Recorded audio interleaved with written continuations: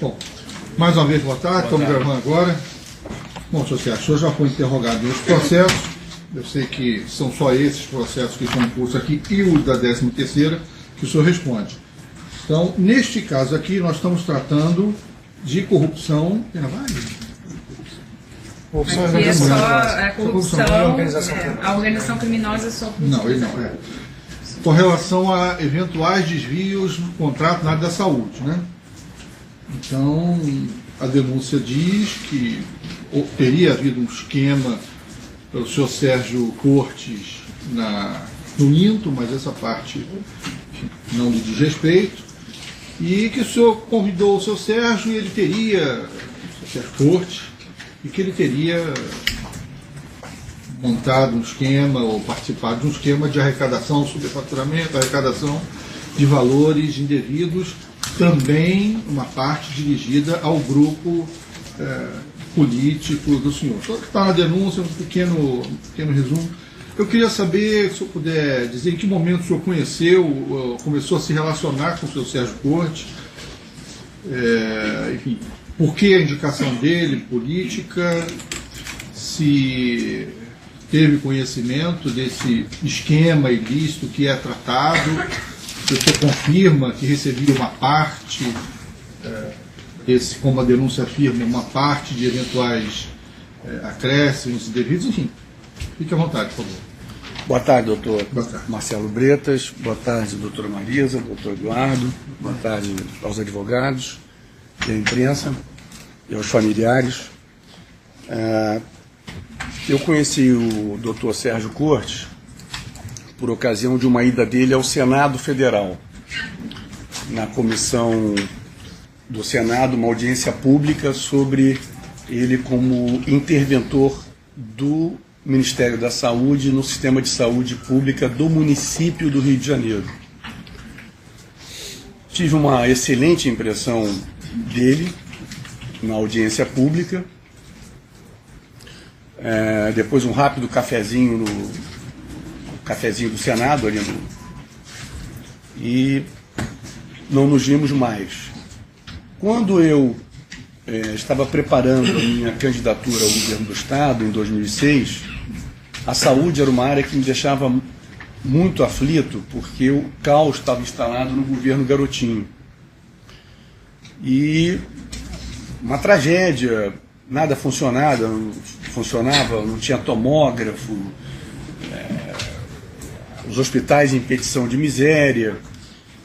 E aí, Excelência, eu ouvi muitos especialistas na matéria, desde o sindicato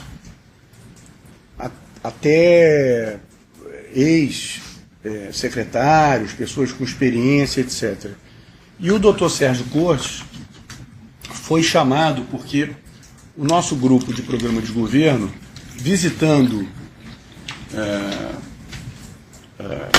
não só a área da saúde, mas outras áreas também, quando foi ao INTO, ficou muito bem impressionado com a gestão do Dr. Sérgio Cortes no INTO.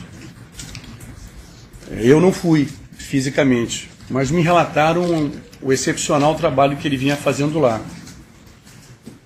Quando ele foi falar para mim, se eu não me engano, isso em abril ou maio de 2006, antes de começar a campanha propriamente dita, que era 4 de julho, em 2006, várias pessoas, como eu disse a Vossa Excelência, já haviam falado, mas quando ele falou, Excelência, é isso que eu quero. É essa concepção de saúde, pensar fora dessa mesmice que está levando ao caos da saúde pública no estado do Rio de Janeiro. E assim que ganhei, o chamei e o convidei. Então a nossa intimidade era nenhuma, a nossa relação era muito superficial. Nessa altura o senhor conhecia o senhor Miguel Skin, o sócio dele? Não. Aí o chamei e me lembro, Excelência, uma coisa que me incomodava muito, e lancei logo como desafio para ele, é que entre o posto de saúde, que funciona de segunda a sexta, de 8 da manhã e 5 da tarde, e a emergência do hospital, não havia nada para o cidadão. E eu tinha um sonho de criar um serviço 24 horas. E ele, em menos de 20 dias, falou: entendi o que você quer, governador, e me trouxe a proposta das unidades de pronto atendimento de 24 horas. Doutor Marcelo, aquilo me causou assim, uma emoção muito grande, porque eu, em 96, fui candidato a prefeito, e perdi no segundo turno para o prefeito Conde. E na minha campanha eleitoral, se o senhor levantar, o meu mote de campanha eram os chamados postos de saúde 24 horas.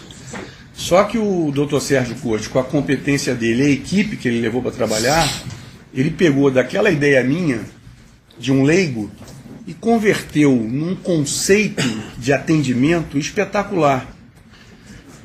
E a gente começou a reparar que a cada UPA 24 horas que se abria, você verificava que eram pessoas que não estavam nem lá nem cá, quer dizer, pessoas que precisavam de fato desse tipo de atendimento. Por exemplo, a maior parte da população não tem plano de saúde.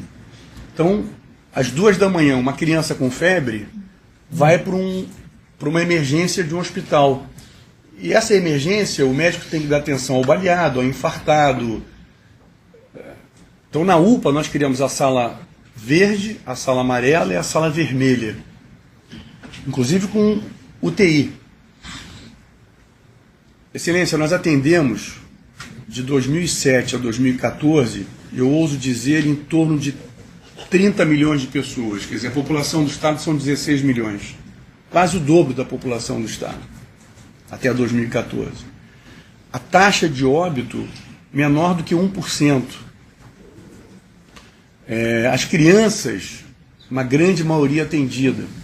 Então, eu vi o Sérgio realizar muito. Eu tenho dito sempre aqui, todo mundo que vem aqui elogia muito a competência dele. Um grande gestor. Existe até a possibilidade de um convênio com o Estado para implementarmos um atendimento médico a partir de uma concepção dele. Enfim, isso ninguém nega. Né? Mas o importante aqui é o seguinte: não foi a partir do seu início do seu governo, 2007, que o senhor estreitou mais o relacionamento com ele, e até então o senhor não conhecia Miguel Chiquinha? Não conhecia. E aí nós começamos a fazer muitas coisas, né? Por exemplo, os prédios inacabados, um hospital em São João de Meriti, que a Rosinha Garotinho deixou largado, não se sabia bem o que ia fazer. Nós fizemos um hospital da mulher, que tem o maior número de UTI neonatais do Brasil, não é? E toda a gravidez de risco no Estado, em qualquer lugar de Varriçai a Paraty, a mulher, gravidez de risco, ia para esse hospital da mãe, hospital da mulher, perdão, que eu dei até o nome de Eloneide Studart, em São João de Meriti. Pegamos um outro prédio em Paraíba do Sul, inacabado também pela prefeitura, cujo conceito era um hospital geral que não ia dar em nada, e fizemos o hospital Dona Lindu, em homenagem ao presidente Lula, de traumatortopedia, que acabou produzindo, foi a maior produção de cirurgias de quadril do Brasil. Pegamos um prédio que era o antigo INTO e fizemos um Instituto do Cérebro, que o Dr. Paulo Niemeyer conduz. Para você ter uma ideia, uma coisa que não é prosaica, é séria, muito séria, que as pessoas hoje se dão conta da seriedade do que isso representa. Cirurgias bariátricas, doutor Marcelo. O Rio fazia 16 por ano, no setor público eu me refiro, abrindo o peito da pessoa. Nós pegamos o Carlos Chagas, que é um hospital antigo, em Marechal Hermes, e convertemos ele num centro de cirurgia bariátrica. Já fizemos mais de 2.000 cirurgias bariátricas sem nenhum óbito lá. Pegamos o Hospital da Criança, em Vila Valqueire, tudo novo, isso tudo não existia. E hoje tem a maior produção de transplantes pediátricos, talvez do Brasil. São coisas que a gente fez olhando de verdade as pessoas. Perfeito. Deixa eu interromper, deixei o senhor fazer uma explanação, mas deixa eu tocar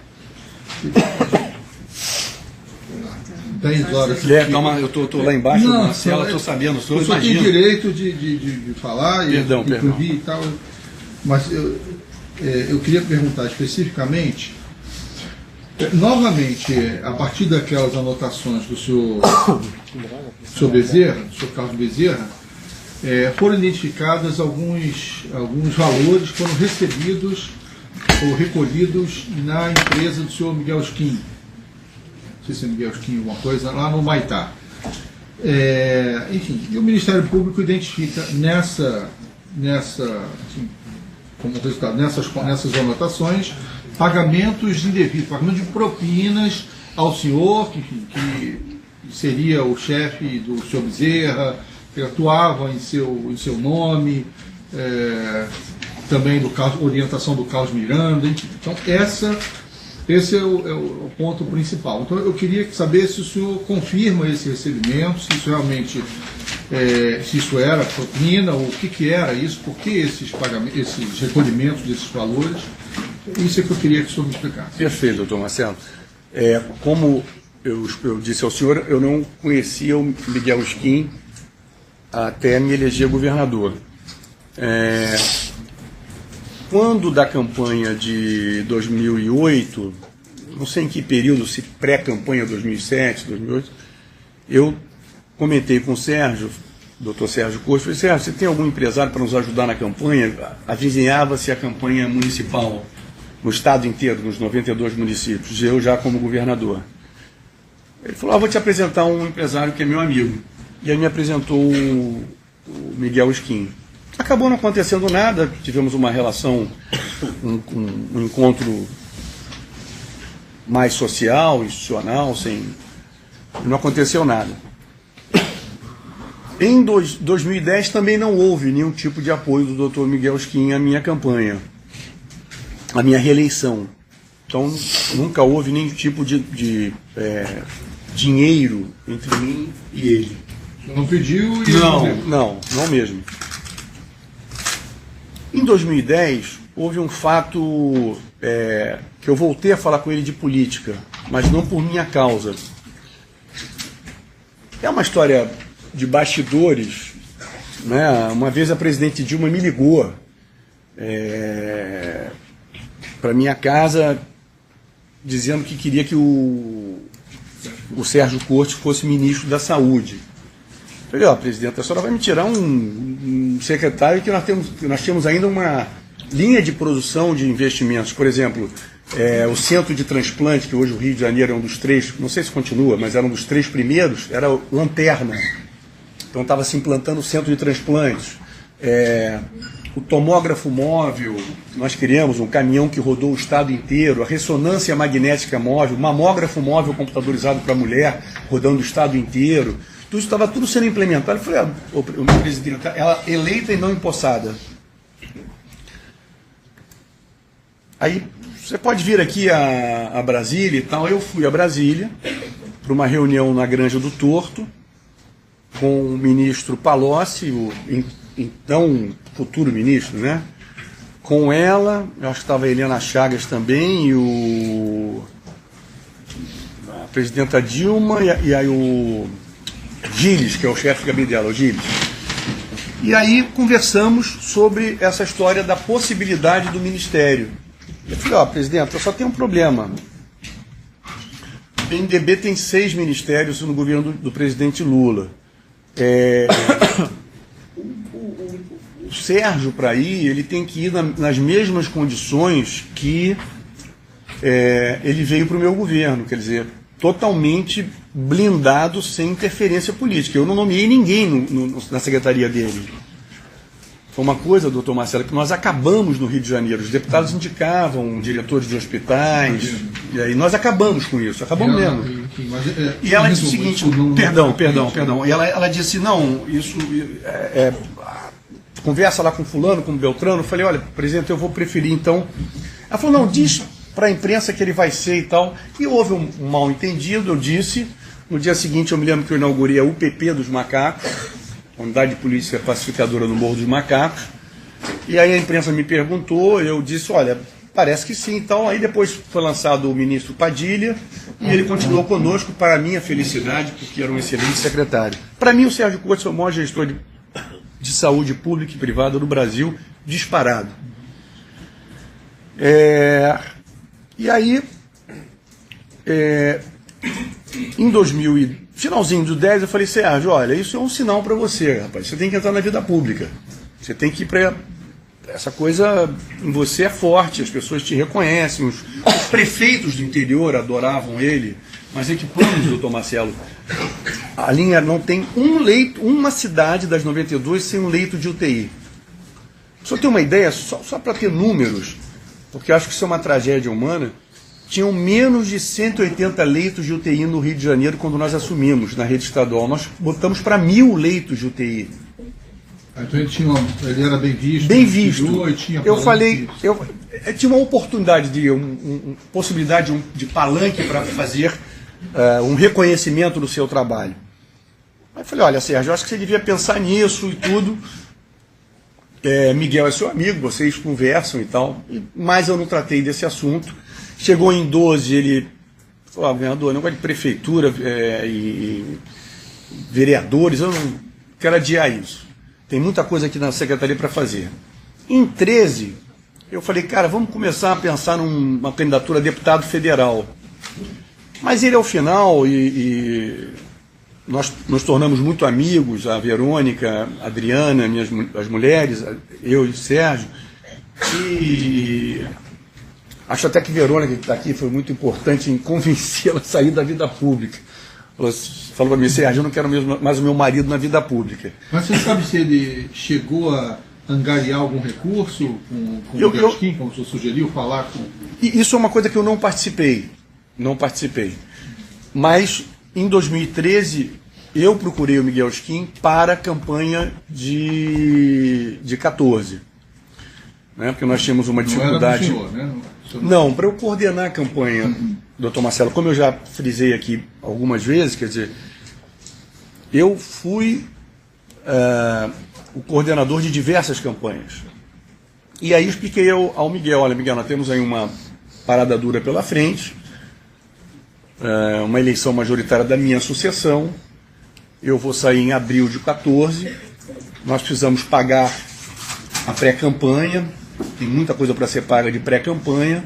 Eu não falo isso com nenhum orgulho não, doutor Marcelo. Eu já disse para o senhor, se é uma pessoa que não vai mudar a versão, sou eu, porque essa é a versão verdadeira. Esse é o fato. Eu nunca pedi propina. Sempre pedi apoio à campanha. E aí pedi, nesse caso, ao Skin eu pedi, e ele foi receptivo à ideia, e nos apoiou com alguma coisa em torno de, entre 2013 e 2014, alguma coisa em torno de 3 milhões de reais, sendo que 2 milhões e meio de reais em Caixa 2, que ele se sentia mais à vontade, e 500 mil reais para um dos partidos políticos que fazia parte, né, com outros faziam parte da nossa grande coligação para a eleição da minha sucessão. O senhor pediu esse valor ou pediu doação e eles chegaram a esse valor? Eles chegaram a esse valor, nós conversamos de doação. Normalmente é assim que eu fazia, né? Pediu doação? Pedi doação, peço doação à campanha, mas a maior parte dos empresários, doutor Marcelo, pela legislação, pelas exigências, você preferia sempre dar uma parte por dentro ou uma parte por fora. Eu ia perguntar, não foi o senhor que sugeriu isso? Não. Foi uma iniciativa dele. Uma iniciativa dele. Sabe como e aí o Bezerra, fez para conseguir esse dinheiro? Só para esclarecer o senhor, aí o Bezerra e o Carlos Miranda eram pessoas que tratavam de pegar o recurso. Eles não tinham nenhuma... Eles nunca participaram de uma reunião na Secretaria de Saúde, no Palácio Guanabara. Esse combinado que o senhor conversou foi com o Miguel ou com o Gustavo? Isso? Com o Miguel Skin. O Gustavo eu não conhecia, eu fui conhecer na prisão. Tá. Então, isso que o senhor combinou com o senhor Miguel, o senhor passou para Carlos Miranda e dizer... Exatamente, que eles cumpriram. Eles não tinham noção do que era, como é que era, eles não faziam nenhum tipo de... E esse dinheiro, não tem nenhum vínculo... esse que está registrado, essas visitas... Exato. Para pegar o dinheiro. Não tem nenhum vínculo, doutor Marcelo, com qualquer tipo de licitação. Se o senhor me perguntar qual foi o faturamento da empresa do Miguel Skin no Estado, eu sinceramente vou lhe dizer, não sei. Dele não e dos demais, não sei. Pela sua resposta, eu não tinha conhecimento de nenhuma nenhuma irregularidade nessas licitações internacionais, não. Muito menos, em consequência, recebia um percentual disso. O senhor nega isso? Não, totalmente. E nem o Sérgio Cortes jamais tocou em assunto comigo de propina. Nunca.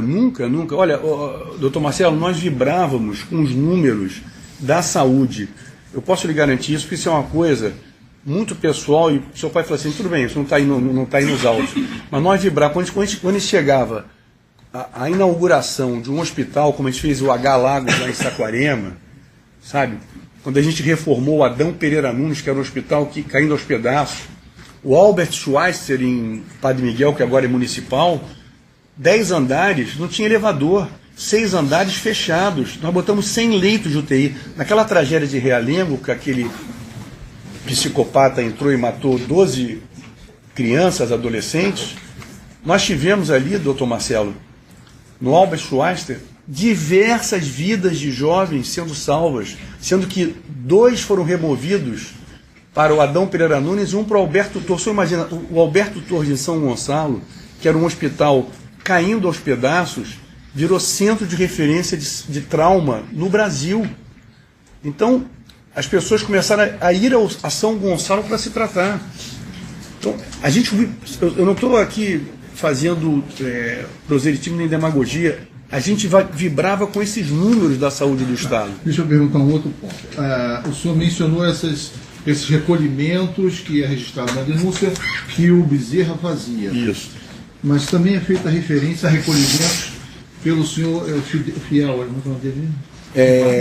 Vivaldo. Vivaldo, eu não conheço o Vivaldo. O Vivaldo também recolheria, o Vivaldo trabalhava para os irmãos Chebar. Isso. O senhor, enfim... Dentro daquela linha que eu lhe disse, eu tenho frisado sempre aqui, que os irmãos Chebar jamais cuidaram de recursos meus no exterior, porque eu nunca tive recursos no exterior, a não ser aquela conta de final dos anos 90 e início dos anos 2000. Eles faziam porque eram muitos recursos das campanhas eleitorais.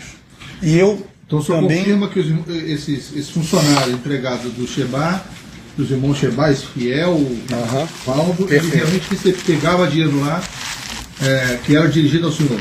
Excelência, eu não sei com que frequência dessas idas para pegar esse valor de 2,5 milhões, quem foi quantas vezes, se o Bezerra foi...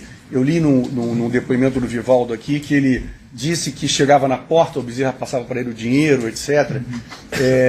O que eu digo é que essas pessoas serviam a mim nesse processo de Caixa 2, nada a ver com propina. Tá, mas Caixa 2 que eu fiz uso para a eleição. E que eu, infelizmente, fiz uso isso que pessoal. Eu ia falar. Eles relatam aqui pagamentos de despesas pessoais, boletos, cartão de crédito, despesas da sua família. Eu não nego, doutor Marcelo. Eu, infelizmente, peguei dinheiro do Caixa 2, tanto de pré-campanha, campanha e pós-campanha, sempre vinculado à campanha, e fiz uso para uso pessoal. Eu não nego isso para o senhor. Tá, mas o senhor vai continuar falando em sobra ou em uso indevido do que seria uma campanha? Porque, enfim, o pagamento, segundo o relato aqui, o pagamento de despesa pessoal era uma constante, aparentemente. Isso. Né? E não estava vinculado a período de eleição. Pelo que o senhor ouviu aqui, eu vi também, eu não estava aqui, mas vi, o depoimento do Renato Chebar, de que havia até uma sala que eu desconhecia, que ele guardava dinheiro, é isso. Porque como havia sobra de campanha, guardava-se dinheiro, e esse dinheiro era usado para as despesas pessoais, entendeu? Então você tinha uma sobra de campanha. Por exemplo, eu fui sempre um líder de votos, então os empresários me procuravam para me ajudar, e sobrava dinheiro de campanha. E isso entrava e era guardado para uso pessoal meu. Agora, se o senhor me perguntar, o senhor condicionou um pagamento de campanha a uma obra, a uma prestação de serviço? Jamais. Jamais. Agora, esse hábito do Caixa 2 era um hábito no Brasil. O que às vezes eu fico muito triste é de passar a impressão de que o Sérgio Cabral fez a melhor rede estadual de saúde do Estado para ganhar dinheiro. O Sérgio Cabral fez o bilhete único para ganhar dinheiro. O Sérgio Cabral fez as UPPs para ganhar dinheiro. O momento político, realmente era favorável. Ninguém, tanto que o senhor foi reeleito, derrotado, o senhor fez o seu sucessor, isso sem dúvida, uma demonstração de que havia uma eficiência. Isso até não se discute. A discussão é se houve irregularidade no paralelo a essas realizações. Marcelo, eu garanto que não houve. Eu já fui até condenado no processo. Lá era um momento, empreiteiro e tal. Aqui a gente está discutindo uma outra situação. Deixa eu ver, o Maracanã, pode não ter acontecido. O Maracanã, a complexidade que foi. É que eu gostaria de conversar com o senhor nesse padrão, e até me exaltei, o senhor me desculpa naquela situação. Estou esperando. Muito obrigado. Não há nada meu pessoal contra o senhor, até estão plantando aí que um dossiê, imagina, eu jamais faria, o senhor pode acreditar em mim, eu nunca fiz isso com ninguém, quanto mais preso enquanto um chefe de família, não, acredite em mim, na minha índole, eu jamais faria isso, jamais agiria dessa maneira, o senhor pode acreditar em mim. Eu não teria o que dizer, porque se é que existe alguma coisa, isso não está sob mim. Não, perfeito. E é ótimo porque vai ser investigado e vai ver que não tem o menor cabimento, que é um factóide, um terrorismo feito por alguém maldosamente. Mas eu dizer o seguinte ao senhor: Maracanã, pega o Maracanã, aí pega o Gildo Andrade, que você disse, não teve lucro, mas dei a propina. Essa história do lucro, além de não ser daqui, isso a gente até conversou aqui no momento, quer dizer, no momento do ajuste, não se sabia se teria lucro, mas aparentemente no final lá acabou que o resultado foi negativo. Doutor Bretas, mas eu não queria. Não vou voltar, não vou. Porque pode ser até prejudicial, porque neste tema eu já tive uma conclusão. E o tema aqui é outro. Pode ser que aqui não haja essa. Doutor Marcelo, eu vou garantir ao senhor que nunca houve nenhuma conversa minha com o Miguel Skin, nem com o Sérgio Cortes, vinculada a recebimento de um percentual de negócio, de venda. Nunca mesmo. Você pode ter certeza, senhor Sérgio, e seus advogados e os advogados. Já absolvi gente aqui porque entendi que não estava alguma coisa que foi objeto de colaboração, não teve uma corroboração. Então eu não estou preso aí. Então, cada assunto, e por isso que é bom a gente separar. Porque ali, naquele momento, houve uma conclusão minha que, se eu estiver errado, certamente as instâncias superiores vão corrigir. Mas foi o meu entendimento. Agora, aqui pode ser que, como eu já ouvi alguém dizer, não, se condenou lá, então vai condenar tudo. Poxa, não é assim, né? Cada história, cada processo tem uma vida, há de ter uma conclusão e a prova tem que ser produzida aqui. Enfim, não existe nenhuma meta. Tantas condenações, isso é uma coisa absurda. E se o senhor me permitir... Não estou dizendo que o senhor... Se o senhor me permitir, eu estava... Por isso que eu lhe pedi desculpa, eu estava exaltado e cometi indelicadeza com o senhor, e o bom argumento que eu queria lhe dar eu não dei. Que é o seguinte em relação às joias. Lembrei da penhora na Caixa Econômica. Quando você vai penhorar uma joia na Caixa Econômica, o empenho, ele me corrige, é empenho, né, que é uma garantia. A Caixa Econômica não pede nota fiscal e normalmente o brasileiro fica indignado porque o valor é muito aquém do que foi pago na loja. Esse era o meu argumento para o senhor naquela ocasião. Se o senhor puder transportar para lá, esse era o argumento razoável que eu queria fazer. O senhor pode ter certeza. Conversei, se o advogado esteve aqui conversando comigo.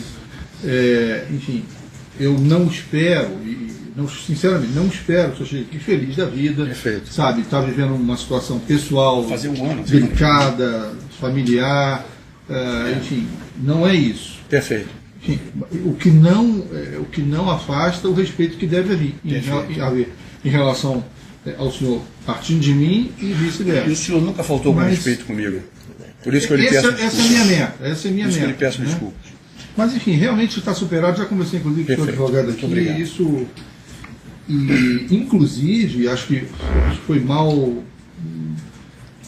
isso foi mal divulgado, porque eu não disse que, eu disse que não recebia bem uma observação tua, mas não foi esse o motivo, nenhuma ameaça, o motivo da transferência, sim a questão de informações. Perfeito, que eu fui muito infeliz na colocação, quando era um... Mas enfim, estamos de bem. Perfeito. Tudo deu certo. Bom, Sr. Sérgio, eu acho que basicamente era isso, porque a informação é que o senhor, embora os atos que estão descritos aqui não tenham a sua participação indireta, o senhor seria um dos grandes favorecidos, quer dizer, seria uma fonte de recursos. O senhor está negando isso e, enfim, essa é a contribuição que eu queria ouvir do senhor. Eu posso fazer uma observação? Por favor. Porque eu já vi isso em outra situação dele, e o Dr. Roca também... Dele? Quem? Vou te citar, do César Romero. Tá. E eu nunca estive com esse senhor, a não ser em reuniões, só pode acreditar em mim. Ele nunca foi à minha casa, nunca privou do meu convívio social. Ele só esteve em reuniões comigo no Palácio Guanabara, e o Dr. Sérgio Costa fazia sempre questão de prestigiar a equipe com diversos subsecretários, nunca ele, Cortes e eu, nunca, o senhor pode verificar para levantar, o Ministério Público para levantar, nunca. Em relação a quem, desculpa? Ao César Romero. E mais, doutor Marcelo, em 2010, quando surgiu a história da Toesa, foi, se eu não me engano, abril ou maio de 2010, o Sérgio Cortes mandou embora esse cidadão. Com o meu apoio, com o meu aval. Tecnicamente, ele se exonerou, né? Porque sempre aquela gentileza de fazer a pedido, né? A pedido, né? Quantas vezes eu mandei embora as pessoas, olha, vai sair. Aí a pedido, fulano de tal. Mas, então, só para mostrar que além de eu não ter nenhum vínculo com ele, o Sérgio Cortes não piscou. Se fosse alguém que nós tínhamos, ou que o Cortes tivesse algum tipo de vínculo, eu quero dar esse testemunho a bem da verdade. O Cortes não vacilou, não pensou duas vezes em mandá-lo embora. Nós sabemos, isso acho que está claro aqui, que era alguém da relação dele, do Cortes. Mas que ele não temia, entendeu, doutor Marcelo? Ele não temia. Aquela coisa de quando você tem desculpa o termo chulo, um rabo preso, não vou mandar embora porque tem um vínculo qualquer, não, ele mandou embora. Aliás, eu que assinei a exoneração, né, mas com o aval dele. Bom, o Ministério Público tem alguma pergunta para fazer? Temos sim, Excelência, algumas perguntas só, Sr. Sérgio. Bueno. Em relação a essas anotações apreendidas no celular do senhor Miguel Skin, ele menciona alguns encontros com o senhor, inclusive após o término do mandato, e até no escritório da Objetiva, não é? Isso, da Taúfo de Paiva. Tá. O senhor tem alguma coisa a dizer sobre esses fatos? Olha, ele ia lá como vários. Eu recebi embaixadores, recebi cônsules, recebi empresários que iam lá trocar ideias comigo. No caso do Miguel Skin, que eu me lembro, ele foi lá fazer queixas de que o governo estadual não funcionava, mas eu até fico constrangido de falar, porque eu estava fora do governo. Ali eu era meio as pessoas vinham conversar comigo e trocar ideias, e nesse caso o Miguel, ele foi lá uma ou duas vezes se queixar de que o governo não funcionava, as coisas não funcionavam, mas eu não podia fazer nada. Eu nunca liguei para o governador Pezão para dar continuidade a uma troca de ideias com o Miguel Skin. E o senhor falava com o Miguel Skin pelo Wiki? Já falou uma vez? Não, me lembro. O senhor sabe, foi encontrada uma anotação escrita cabra macho no celular do Miguel Skin, com relação ao Wiki. Era o apelido que o senhor usava no Wiki. O senhor sabe? Olha, ou não? é muita... É se achar muito forte, né? Cabra macho. Não me lembro, não me lembro. Não. Mas esse era o apelido que o senhor utilizava ou não? Mas eu trocava no Wiki, volta e meia eu trocava. Eu usei o Wiki uma época, depois mudei para o Confide. É o Confide, né? Porque é Confidence, Confide, né? Eu já... Confide. Qual que Esse era o nome é bem apelido? forte, esse nome Cabra Macho. O senhor já chegou a utilizar em 2014, por aí? Nome forte, não. 2014 não. Não tem nada. Os apelidos de Wicker, eles são realmente bem criativos. Eu não sei qual é o seu. Não tem. Não, eu não sei. Mas a gente já viu aqui uma série de apelidos, né? Melhor quebra mais do que. Eu não sei. Cabra frouxo, né? Eu não sei. Não, mas falando sério, o senhor chegou a utilizar esse apelido ou não? Eu não me lembro, doutor Eduardo, porque Tá, há tanto tempo. Olha, se eu me perguntar o meu número de telefone, não lembro mais. Eu estou falando, eu sinceramente não lembro. Sem problema. O Confide é aquele que vai apagando, vai botando e vai apagando, não é? Esse que eu passei a usar. Não é isso? Vai O senhor utilizava esses aplicativos, seja o Wicker ou o Confide, por qual motivo? Porque pelo mesmo motivo que milhões de pessoas usam no mundo. Qual é? Pergunte a elas. Uma delas foi o senhor. Só o sucesso do aplicativo, né? Assim, não é ilegal usar.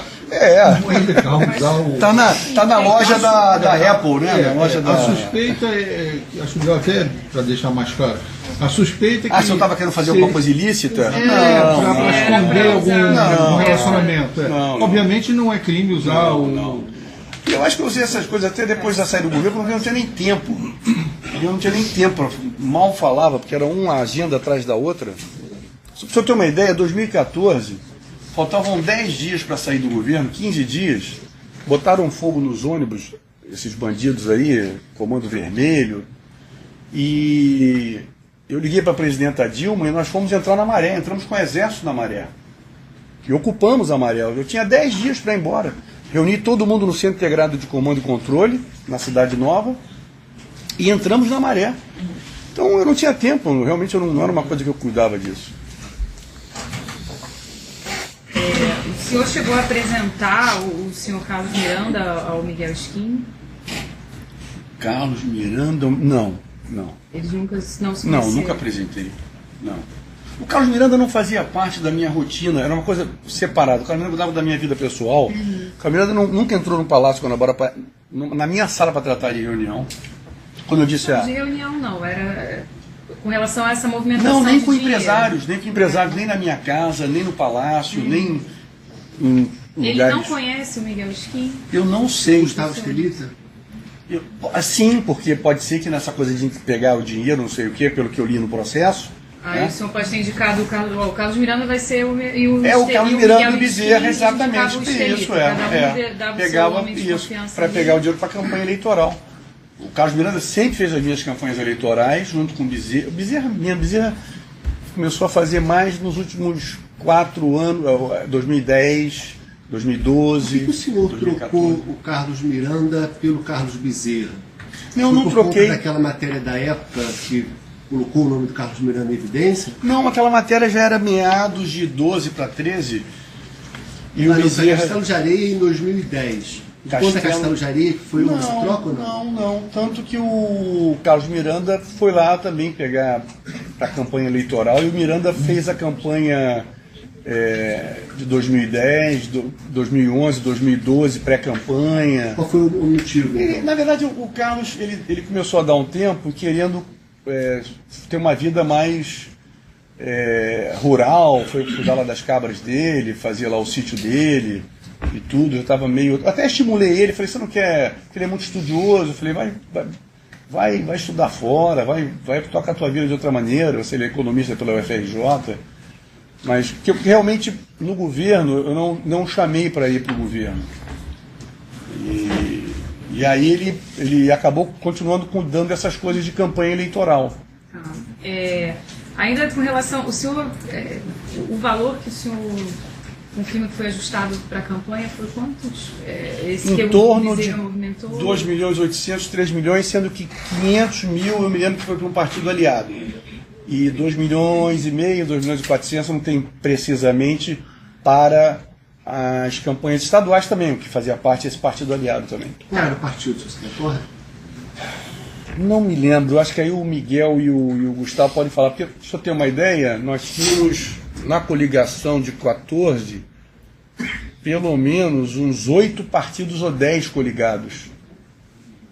Esses 500 mil que o senhor está se referindo foi o dinheiro do Ao governo partido. também? Ou foi Não, essa foi uma doação que tá aqui formalizada. pela empresa do Gustavo Estelita? Exatamente. Eu não sei qual foi, mas exatamente. Esse foi o combinado. Eles falaram, nós temos condições de dar 500 mil reais por dentro, e aí eu não me lembro se é 2.500, 2.300, vamos dar em caixa 2 porque nós não temos condições de fazer. O senhor recebeu algum dinheiro do Miguel Esquim ou Gustavo Estelita no exterior? Não. Por meio de alguma conta no exterior? Não. O senhor sabia que ele tinha essa empresa Avalena no exterior? Não. Ou outras offshore? Não O mesmo. senhor sabia que o senhor Sérgio Cortes recebeu dinheiro no exterior? Não, Do senhor Miguel não mesmo. Não.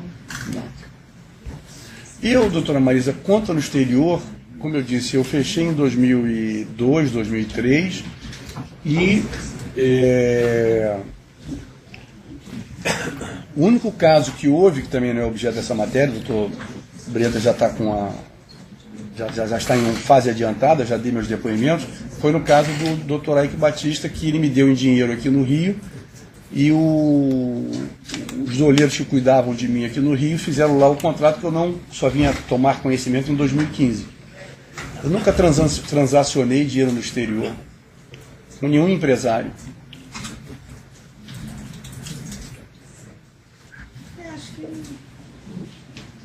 Então?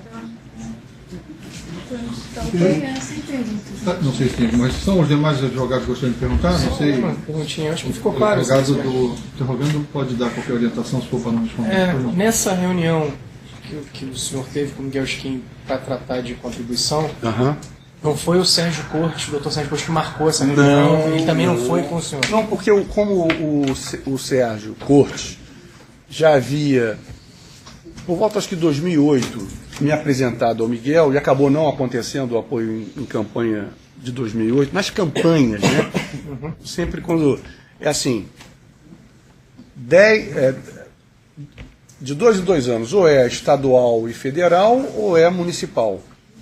Era municipal, acabou ele não entrando. E aí, em 2010 também não, e em 2011 aquele estímulo que eu dei a ele, no final do 10, depois que o Sérgio ficou sentido com a história do Ministério da Saúde, que era o sonho dele, né?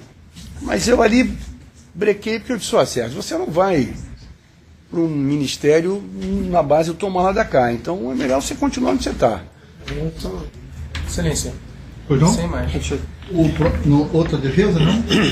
O advogado do interrogando quer fazer algum... Sim, só uma, excelência. Só para esclarecimento, basicamente o senhor César Romero narrou, e a denúncia encampou esses argumentos, de que havia um esquema no INTO que envolvia determinados personagens. Depois ele disse que na Secretaria de Saúde, esse mesmo esquema, inclusive ele disse que com o mesmo modus operandi, ele foi levado até a Secretaria de Saúde, e aí já incluiu o nome do senhor.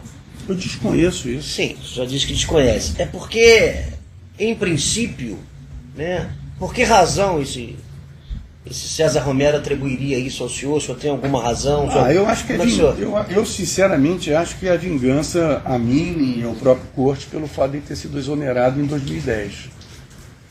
E depois foi condenado, se eu não me engano. Tem 2 condenações, ele falou isso hoje. Ele era um sujeito, assim, sinceramente muito esquisito. Eu achava ele pessoalmente muito esquisito. E nas reuniões ele não falava. Tinha umas subsecretárias excelentes da área finalística que falavam. Tinha uns quadros excelentes, que eu não guardo o nome, mas eram excelentes. O Cortes fazia muita motivação. O Cortes sempre foi muito motivador da equipe. E ele ia lá, entrava mudo e saía calado das reuniões. Eu achava ele estranho. E aí, quando houve a questão dessa coisa da toeza, o Cortes ficou muito indignado, se sentiu muito traído. E eu falei, Cortes, vamos mandar embora. Ele falou, claro, vamos mandar embora agora. Iniciativa do Cortes. Então acho que é uma vingança. Só pode ser vingança. É um sentimento horrível, né? Ok, sem mais perguntas, Celso. Pode encerrar?